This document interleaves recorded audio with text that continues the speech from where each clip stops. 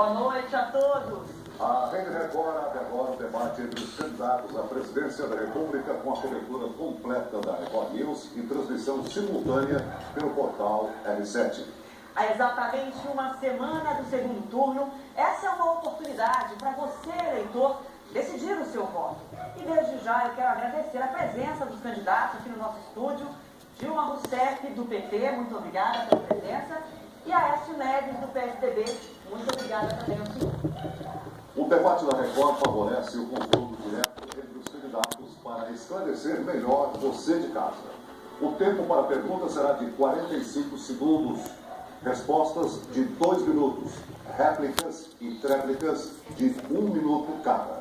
O candidato que se sentir ofendido poderá solicitar direito de resposta assim que o outro terminar sua fala. O pedido será analisado pela organização do debate. E de acordo com o sorteio feito previamente, quem abre o debate é a candidata Dilma Rousseff. Por favor, candidata. Boa noite a todos. Candidato, meu governo deu um forte apoio ao microempreendedor individual e à micro e pequena empresa. Gostaria de acrescentar que eles são responsáveis hoje por 9 milhões de pequenos negócios no Brasil inteiro, que corresponde a 80% dos negócios e 20% do PIB. Nós reduzimos impostos, unificamos impostos, formalizamos esses microempreendedores individuais e os micro e pequenos empresários, garantindo cobertura a todos, previdenciária. Gostaria de saber qual é a posição do senhor a respeito da universalização da lei do Simples. Eu quero cumprimentar, em primeiro lugar, a Rede Record, a candidata Dilma Rousseff e aos telespectadores. A nossa posição, candidata, em relação ao Simples, é a mesma que tivemos lá atrás quando o criamos, no governo do presidente Fernando Henrique. Uma iniciativa extraordinária, de enorme alcance para toda a sociedade brasileira. Nós sabemos que os micro e pequenos empresários são aqueles que mais empregam no país.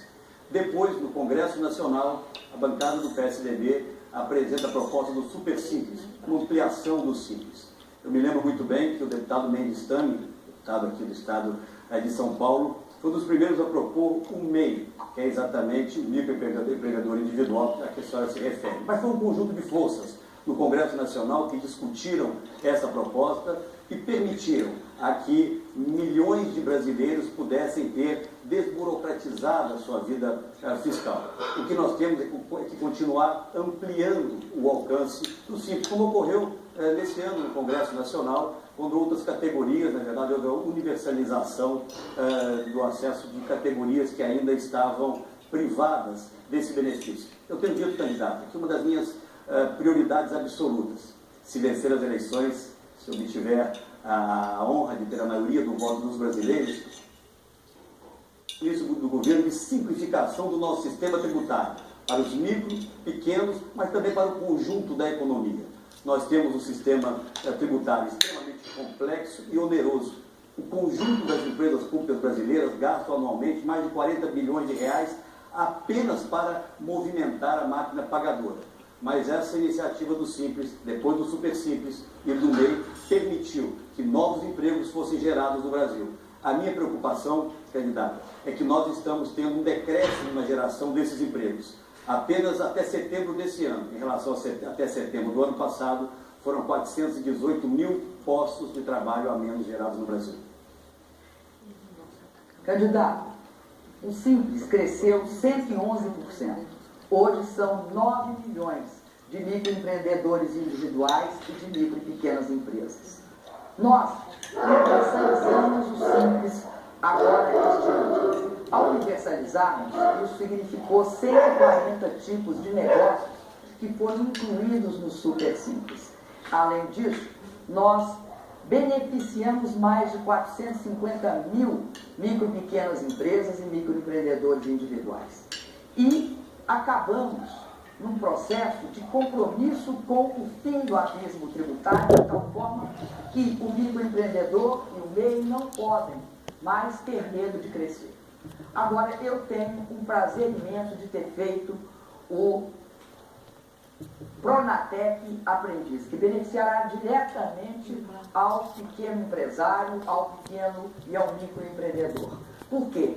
A partir dos 15 anos, nós teremos oferecido emprego para essas pessoas de 15 anos. Candidato, eu agradeço a qualidade da sua primeira pergunta e aproveito para dizer que é isso mesmo. Governar é você aprimorar as boas ideias. O Simples foi criado no governo do presidente Fernando Henrique e houve um aprimoramento a partir do Congresso e do qual o seu governo participou. É o que nós temos que fazer, as boas ideias, aquelas que melhoram a vida das pessoas, elas têm que avançar. Nós não temos que ter essa preocupação em sermos donos de determinado programa. Os programas são das pessoas, são dos brasileiros. O que eu acredito é que é possível avançarmos ainda mais, principalmente no momento em que nós conseguimos fazer o Brasil voltar a crescer.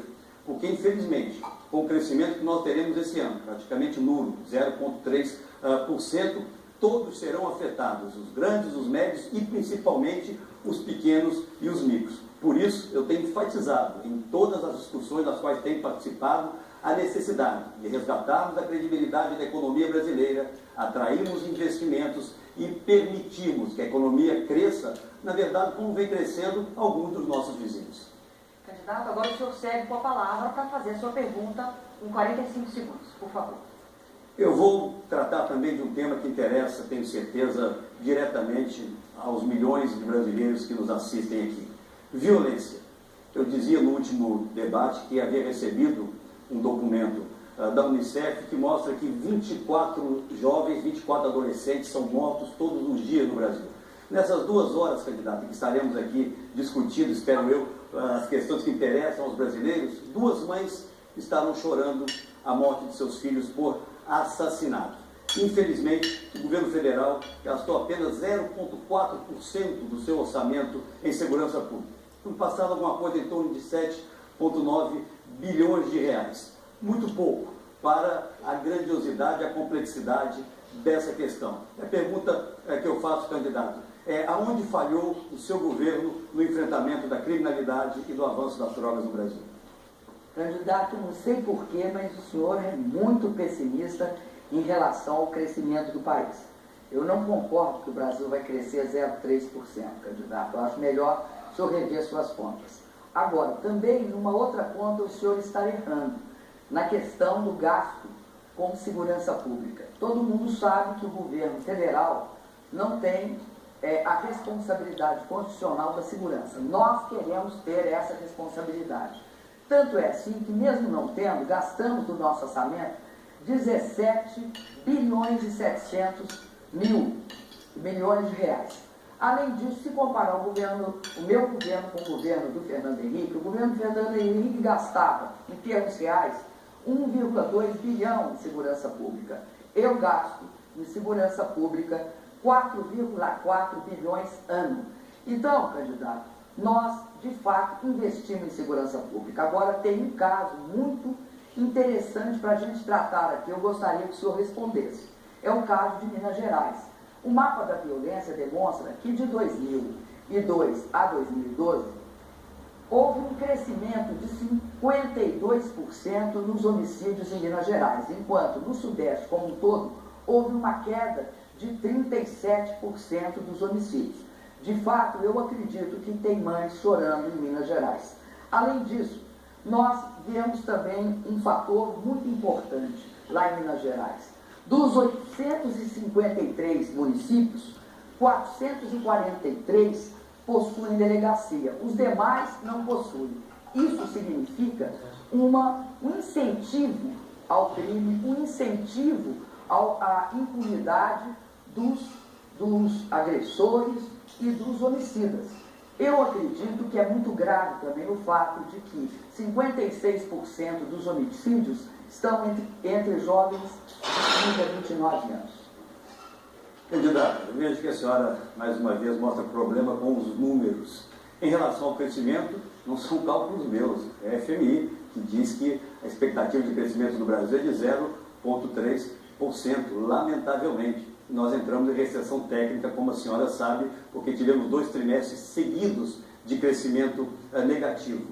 O governo da senhora gosta muito de discutir Minas Gerais. Vou falar sobre Minas. Vamos falar um pouco do governo da senhora. Sou candidato à presidência da República, candidato. Do FUNPEN, do Fundo Penitenciário, desde 2011, a senhora investiu 21%, 80% não foram gastos. Do Fundo Nacional de Segurança Pública, a senhora investiu 43%. Portanto, isso significa que quase 60% não foram gastos. O seu governo criou um grande marco, um programa chamado CRAC, é possível vencer. Gastou 40% dos recursos previstos, candidata. Ao contrário, o meu governo, e aí eu lhe dou os números exatos, quando governei Minas Gerais, entre 2003 e 2010, a taxa de homicídios na capital caiu em 37% e no conjunto do Estado, os crimes violentos caíram 87%. E segundo o Ministério da Justiça, Minas foi o Estado que mais gastou em segurança pública. O tempo acabou, candidato, agora tem a palavra, candidata Dilma. Sinto muito, candidato, mas no mapa da violência não constam esses números. Consta que o Sudeste teve uma queda dos homicídios em 37%. Em Minas, um aumento de 52%. Acho bom o senhor consultar. Agora, o senhor fala muito dos fundos. É bom destacar que os dois fundos, eles representam hoje 4,3 bilhões de reais. Nós, candidato, não gastamos 4,3 bilhões de reais. Nós gastamos no Brasil hoje, como eu disse ao senhor, 17 bilhões e 700 milhões de reais. Em que, candidato? Em várias atividades, inclusive ajudando todos os estados a construir e a criar centros de comando e controle, que foram responsáveis pela integração entre as polícias civil, as polícias militares, as forças armadas, e isso permitiu um padrão de segurança bastante elevado durante a Copa do Mundo. Tempo de tréplica encerrado, a senhora quem formula a pergunta agora. Perfeitamente. A minha pergunta vai sobre flexibilização dos direitos trabalhistas. Candidato, em 2001, o desemprego estava muito alto e foi aprovado um projeto de lei na Câmara, onde o senhor era o presidente da Câmara, foi aprovado um projeto de lei que tirava os direitos da CLT e transformava esses direitos em acordos coletivos de trabalho ou acordos de trabalho. Isso significava uma grande perda de direitos para os trabalhadores e ameaçava as conquistas históricas. A minha pergunta é a seguinte: por que essas medidas podem ser consideradas impopulares e por que adotá-las? Candidata, a minha vida pública começou há muito tempo e tive um momento, para mim, extremamente rico, que foi o da Constituinte.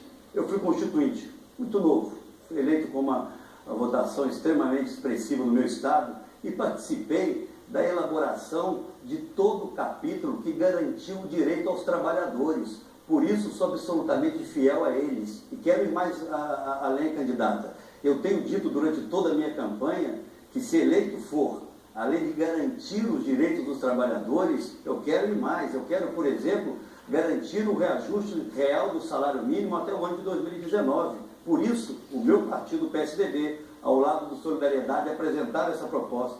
Eu quero garantir o reajuste da tabela do imposto de renda pela inflação. E quero ir além. Eu quero sim rever o fator previdenciário para tirar esse ônus das costas dos aposentados brasileiros, de forma negociada, de forma franca. Portanto, a minha história de vida mostra de forma muito clara, não só o respeito pelos direitos trabalhistas, mas muito mais do que isso.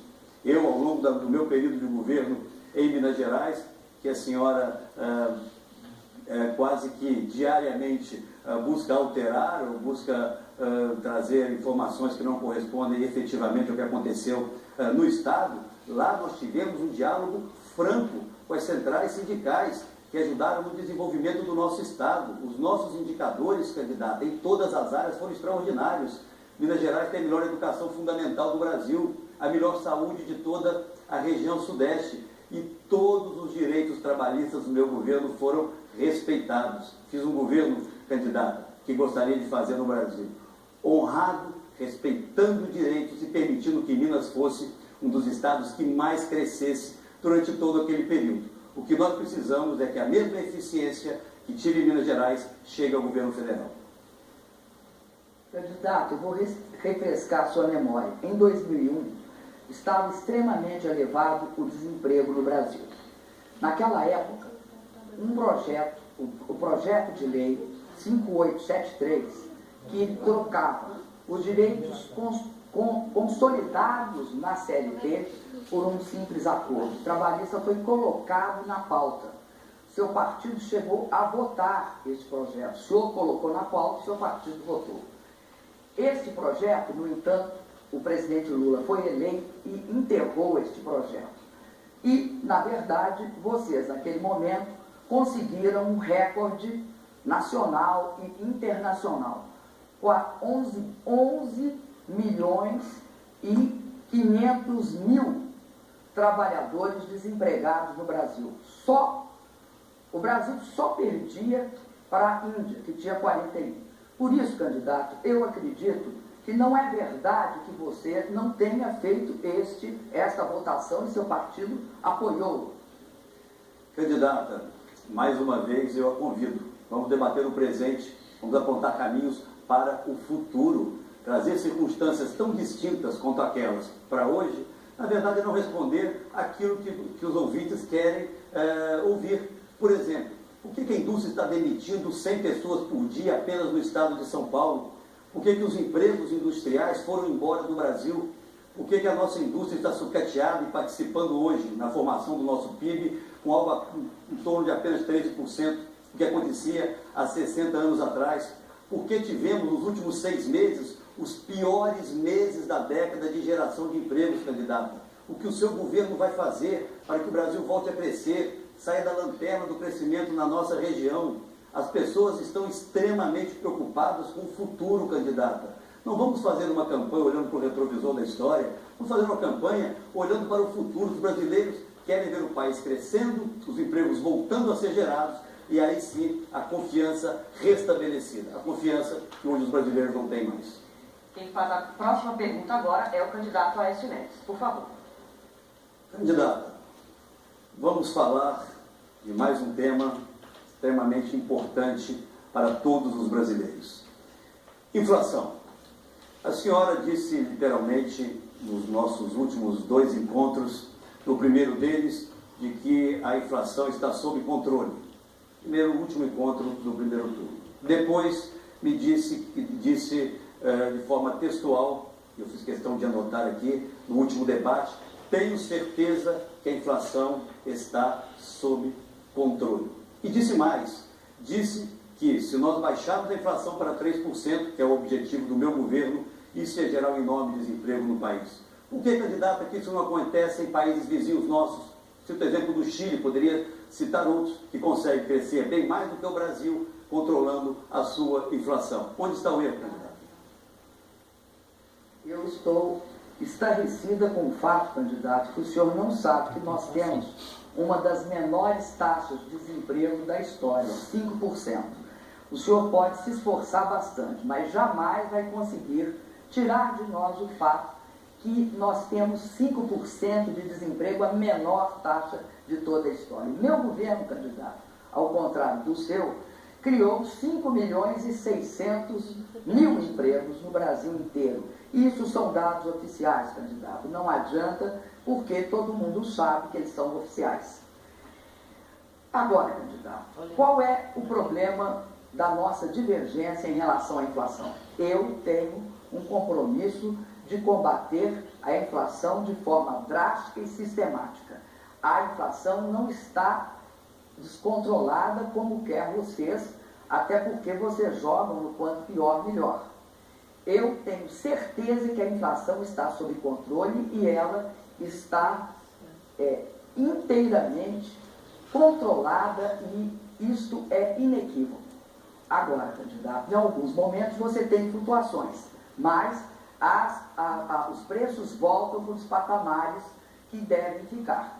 Eu considero muito grave a proposta de 3% de taxa de inflação, porque vai repetir a velha história de sempre. Para ter 3% de inflação, o senhor vai triplicar o desemprego, ele vai para 15%. E o senhor vai elevar a taxa de juros, como já fizeram antes, a 25%. Porque esse é o receituário. O cozinheiro é o mesmo, arminho, fraco. A receita é a mesma. Recessão, recessão, recessão. E o resultado é o mesmo. Desemprego, arroxo salarial e altas taxas de juros. A quem serve isso? Ao povo brasileiro é que não é. Ok, candidato. A candidata afirma que o seu governo gerou mais empregos do que o meu.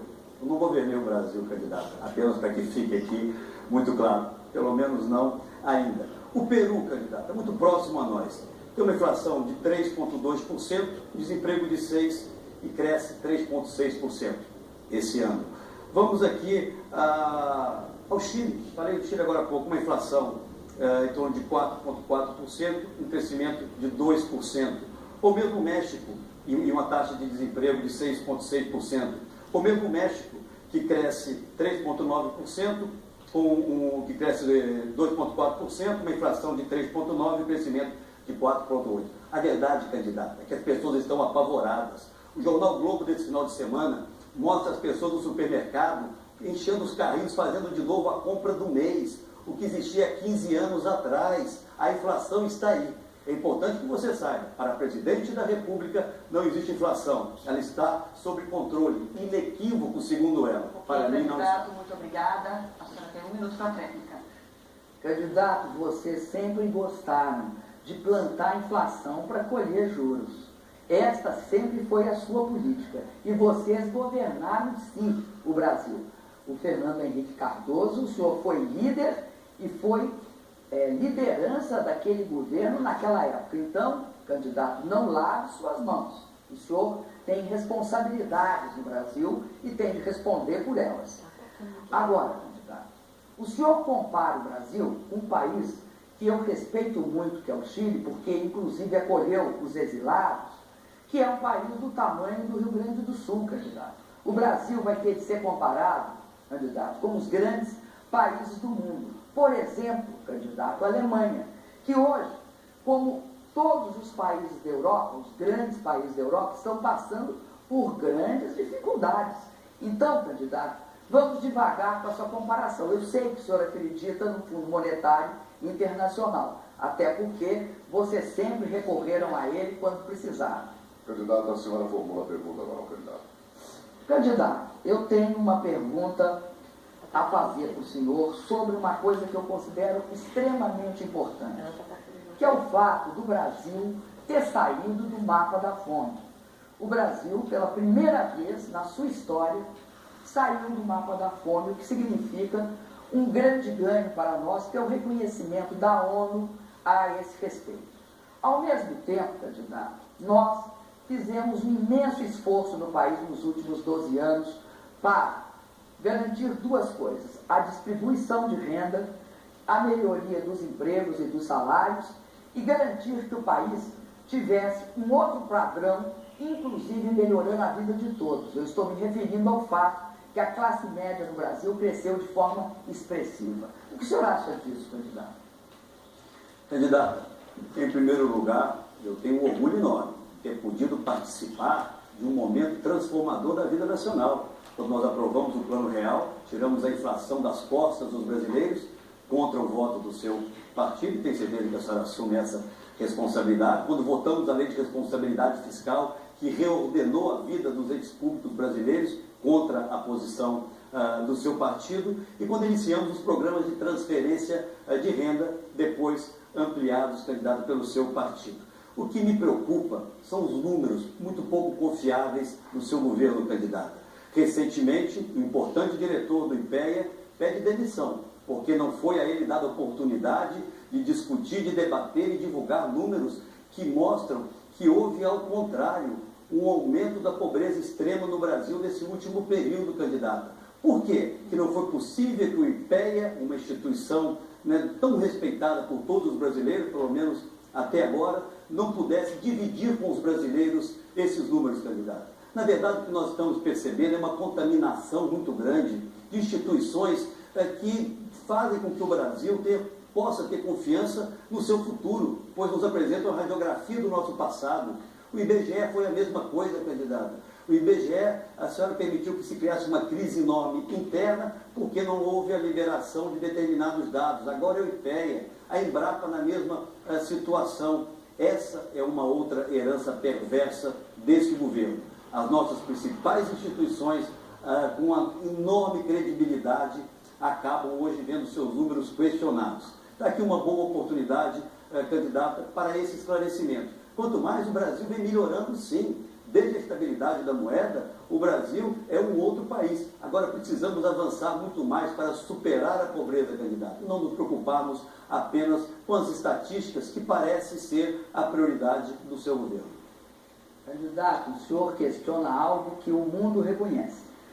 Aliás, eu queria fazer uma observação. O Plano Real, que eu saiba, foi aprovado no governo Itamar. Quando vocês entregaram o governo, a inflação estava em 12,5%.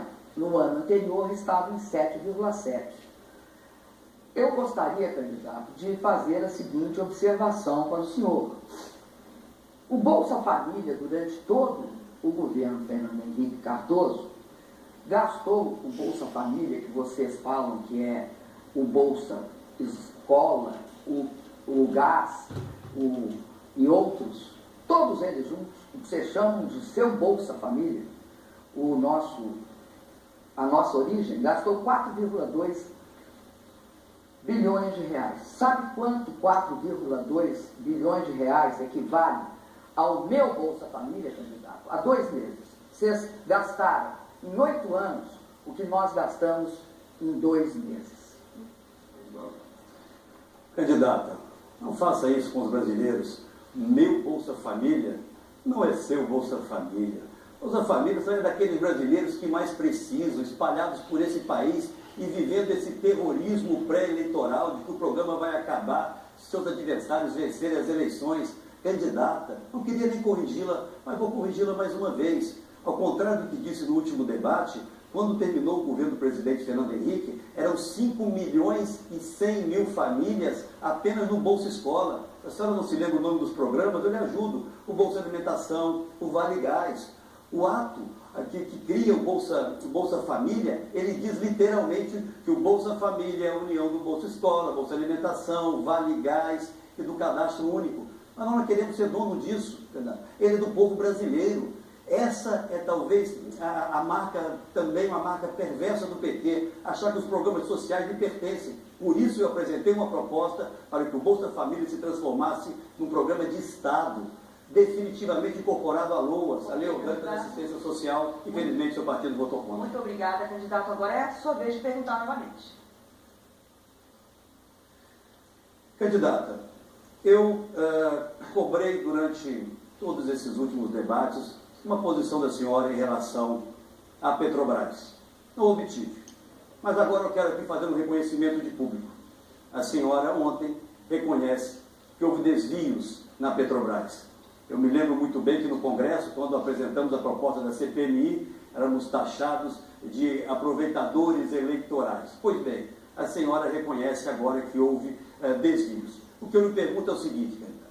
Aquele que é denunciado como instrumento do seu partido para o recebimento dessa propina, o tesoureiro João Vacari Neto, continuará como tesoureiro do partido e continuará também, candidata, como membro do Conselho de Itaipu? A senhora confia nele, candidata? Candidato, o senhor confia em todos aqueles que, segundo as mesmas fontes que acusam o Vacari, dizem que o seu partido, o presidente dele, que lamentavelmente está morto, recebeu recursos para acabar com a CPI. O senhor acredita, candidato? Porque eu queria lembrar o senhor de uma coisa. Da última vez que um delator denunciou pessoas do seu partido, no caso do metrô, e no caso também ligado àquela questão dos trens, da compra dos trens, o senhor disse que não ia confiar na palavra de um delator. Eu sou diferente, candidato. Eu acredito no seguinte: eu sei que há indícios de desvio de dinheiro. Agora, o que ninguém sabe, candidato, nem o senhor nem eu, é quanto foi e quem foi. Isso é muito importante. Por quê? Porque a parte que o senhor devia me cumprimentar, o senhor esqueceu. A parte que o senhor tinha de me cumprimentar é a seguinte: eu disse que eu iria investigar assim que o Ministério Público e o Supremo Tribunal Federal divulgasse as suas conclusões, eu ia divulgar e ia punir e procurar investigar todos os que cometeram delitos. Agora, no caso específico do seu governo, candidato, vocês não podem me responder onde estão os corruptos da pasta rosa, onde estão os corruptos da compra de votos para a reeleição de presidente, onde estão do processo Civan, onde estão os corruptos dos trem e do metrô. Todos inteiramente soltos. Eu não, candidato, eu sou a favor da punição. Dou a quem doer. E eu sou contra, candidato, a engavetamentos sistemáticos como foram feitos. Senhora candidata, se eu entendi bem, houve aqui um recuo. A senhora já não acha mais, como a imprensa noticiou, que houve desvios. A senhora acha que houve indícios de desvios. E não respondeu a minha pergunta. Porque se a senhora acha que houve desvios, a senhora obviamente está acreditando na palavra do delator, que me parece consistente, candidata. E eu me pergunto, a senhora confia no tesoureiro do seu partido? Porque se na Petrobras, onde ele não tinha, pelo menos, qualquer acesso formal, 2/3 da propina, segundo o delator, eram transferidas para ele, eu fico imaginando em Itaipu, onde ele tem um crachá, onde ele assina documentos, que pode estar acontecendo lá.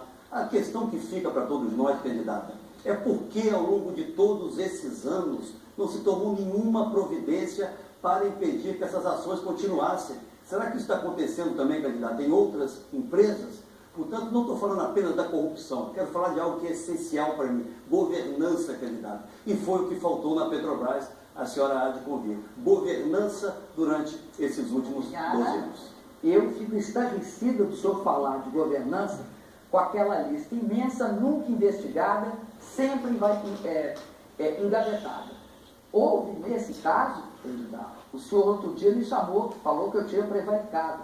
Quem prevaricou, candidato, foram o seu partido e o seu governo.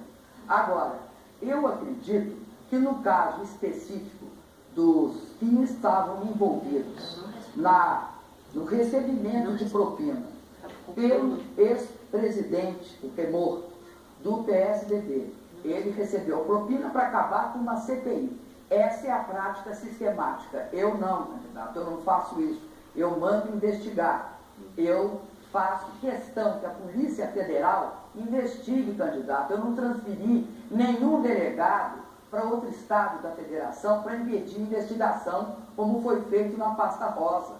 Eu não engavetei 271 processos, candidato. É isso que não pode ocorrer no Brasil. Candidata, a senhora é quem formula mais uma pergunta ao candidato Aécio Neves. Vou continuar com essa pergunta. Candidato, se você jamais investigar,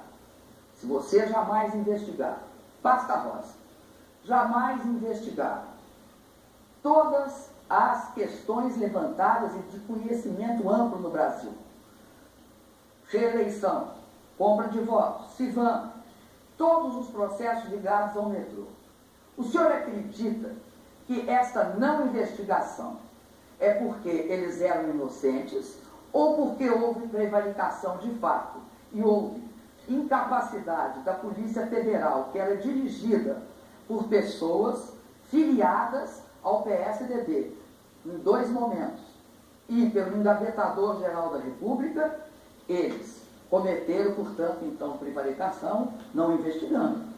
O que o senhor acha disso? Candidata, a senhora não está sendo justa mais uma vez. O Brasil tem instituições, são essas instituições que investigam. Se não for comprovada a culpa, as pessoas são inocentadas, candidata. Um desses casos, aquele que era acusado foi nomeado pelo seu antecessor embaixador na Colômbia, certamente porque tinha méritos para isso e foi inocentado, candidato. O que a senhora não pode é achar que o delator da Petrobras, ele está correto quando denuncia um membro do meu partido e acha que tem que ser investigado, E há dúvidas quando, por exemplo, ele indica que a sua chefe da Casa Civil, a senadora Gleisi, através do ministro Paulo Bernardo, seu marido, recebeu recursos, ou quando outros tantos membros da sua base receberam. Tem que se investigar tudo, candidato. Mas eu quero voltar à questão essencial, a governança. A senhora foi presidente do Conselho de Administração durante um longo tempo. Como essas coisas podiam acontecer de forma tão sistêmica, candidata? É isso que é grave e é isso que precisa mudar no Brasil. Nós precisamos profissionalizar as nossas empresas, tirá-las da agenda política, porque tudo isso é consequência da forma como as pessoas são nomeadas. Não é outra coisa. As pessoas estão sendo nomeadas para prestar serviço, seja ao partido do presidente ou da presidente, ou a partidos da base. É isso que, infelizmente, vem acontecendo. E não é um cidadão isoladamente. Ele já denunciou os outros diretores da empresa. Então, montou-se, segundo a Polícia Federal, uma organização criminosa na Petrobras. E eu quero dizer à senhora e dar à senhora, mais uma vez, essa oportunidade. O tesoureiro do seu partido, hoje ocupando um cargo em Itaipu, nomeado quando a senhora era ministra das Minas e Energia, ele tem a sua confiança para continuar ocupando esse cargo? Não lhe preocupa, candidato, não lhe preocupa o que possa estar acontecendo em Itaipu, eventualmente em outras empresas públicas brasileiras? Porque a senhora disse que vai fazer agora, me perdoe, aquilo que deveria ter feito ao longo de todos esses últimos 12 anos. Candidato, o senhor adora fazer confusões que lhe beneficiam. É importante notar, candidato, que eu fui presidente do Conselho da Petrobras até 2010. Assumi a presidência da República e demiti esse senhor diretor em março de 2012. Portanto, bastante tempo depois. Não sabia ainda que ele estava comprometido. Agora, candidato, a minha diferença para você é que eu mandei investigar quando soube que tinha estas características. Por acaso, porque estavam atrás de um doleiro e através do doleiro descobriram. Eu nunca impedi a investigação, candidato. Eu nunca impedi que falassem, que olhassem ou que verificassem o que estava acontecendo. Agora, vocês impediram. Sabe quantos vocês arquivaram? Vocês arquivaram 217 investigações. 242 que envolviam deputados, senadores e ministros. Candidato, por favor. Candidata, mais uma vez a senhora não mandou investigar.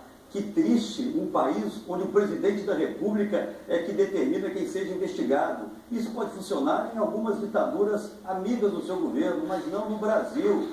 Na verdade, quem investiga são as instituições, candidato. As instituições é que investigam. Portanto, o que eu quero lhe dar é a oportunidade, candidata, de dizer aos brasileiros, mesmo com tantas denúncias que surgiram, quantas vezes nós fomos para a tribuna do Congresso Nacional, anunciar que nós recebíamos essas informações de funcionários da Petrobras, como recebíamos de funcionários de outras empresas, agora dos Correios, pela ação também extremamente partidária que teve durante a campanha eleitoral. Por que não se tomou a decisão de mudar essa diretoria lá atrás? Porque a ata do Conselho da Petrobras não diz isso.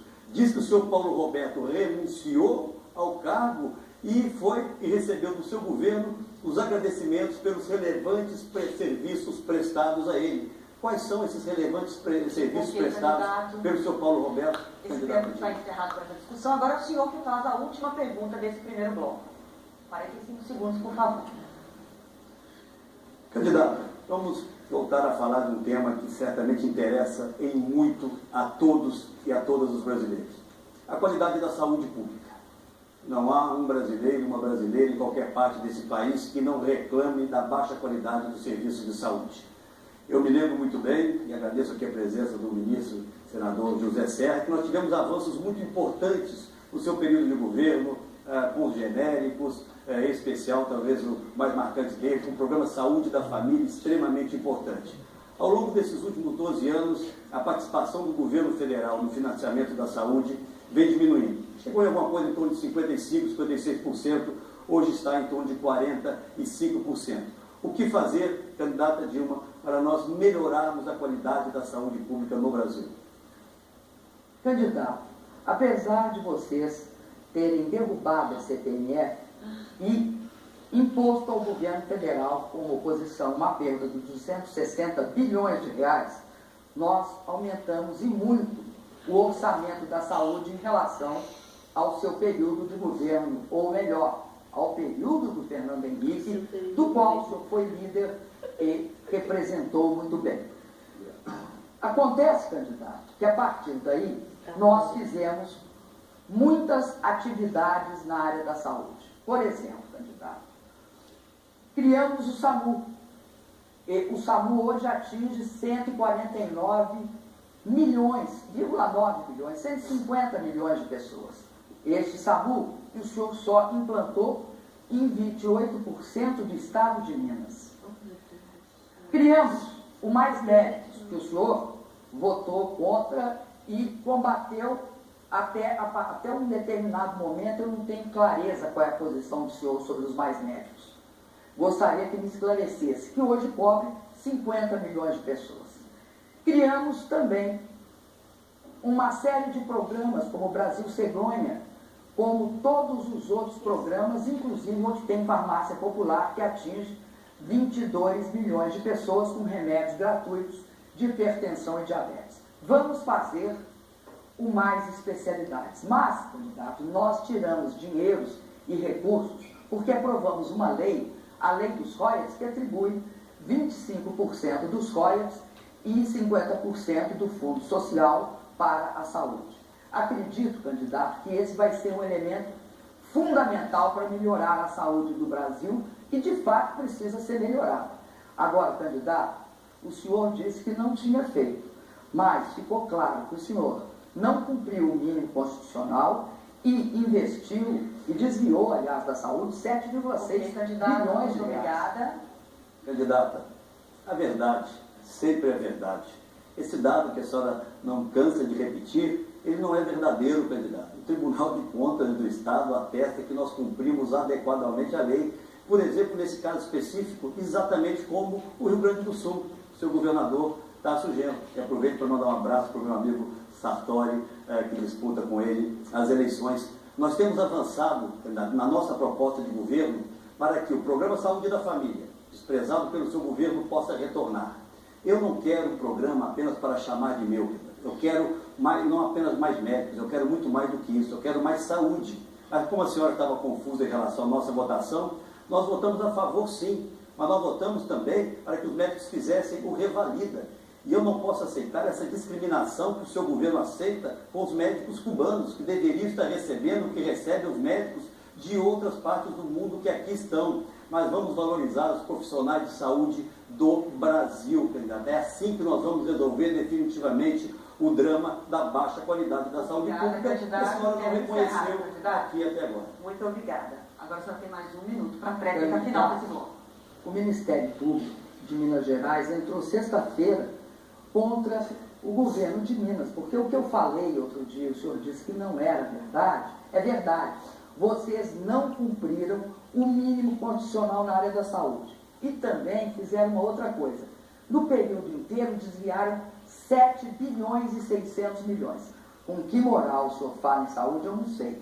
Agora eu vou ler uma fala do ministro do TC, do Tribunal de Contas do Estado de Minas Gerais, o conselheiro Ciro Costa, que diz o seguinte: é duro engolir que vacina para cavalo seja contabilizada como despesa de saúde.